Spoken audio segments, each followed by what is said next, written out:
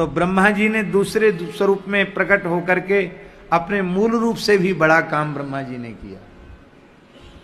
और इसी श्रृंखला में हम कहें ज्यायान भवति जायमाना के क्रम में तो वही महर्षि वाल्मीकि भक्तमाल ग्रंथ के अनुसार कलि कुटिल जीव निस्तार हित वाल्मीकि तुलसी भयो। तो जब तुलसीदास जी के रूप में प्रकट हुए तो और अधिक सबके लिए उपादेय और ग्राह्य हो गए। आहा, क्या कहना है, गोस्वामी जी ने क्या नहीं कह दिया। आपकी बात आप जाने, गुरुजनों के चरणों में बैठकर दो चार अक्षर पढ़ने का सुनने का जो सौभाग्य मिला, दास तो बार बार भीतर से यह निश्चय करता है कि संभवतः इस युग में गोस्वामी तुलसीदास जी के जैसा महापंडित न भूतो न भविष्यति। अगाध ज्ञान है गोस्वामी जी का, अगाध ज्ञान। किसी भी पक्ष से देख लें। धर्म संघ वाले गुरु जी एक बात कहते थे, वो कहते थे एक बार धर्म सम्राट स्वामी कृपात्री जी महाराज ने कहा था कि संतों के प्रति मेरी अगाध श्रद्धा है, पर भक्ति काल में अनेक संत हुए और उन्होंने अपनी अपनी वाणियां भी प्रकट की, पर सभी वाणियां हमारे गले के नीचे नहीं उतरती हैं।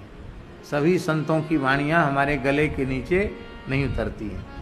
केवल एक तुलसीदास जी महाराज ऐसे हैं जिनका संपूर्ण साहित्य ग्राह्य है, क्योंकि एक अक्षर भी वेदादि शास्त्रों के विरुद्ध अथवा वर्णाश्रम व्यवस्था के विरुद्ध एक अक्षर भी गोस्वामी जी ने नहीं कहा।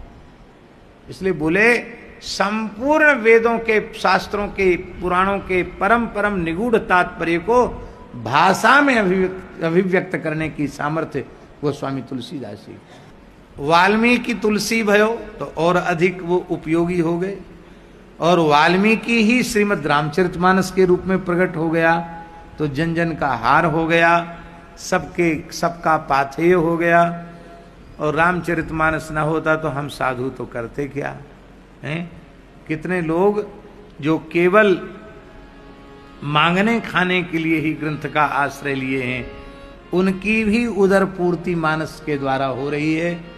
उनको भी यश कीर्ति धन सब कुछ मिल रहा है, और यदि निष्काम भाव से आश्रय लें तो भगवत प्रेम भी उन्हें प्राप्त होगा।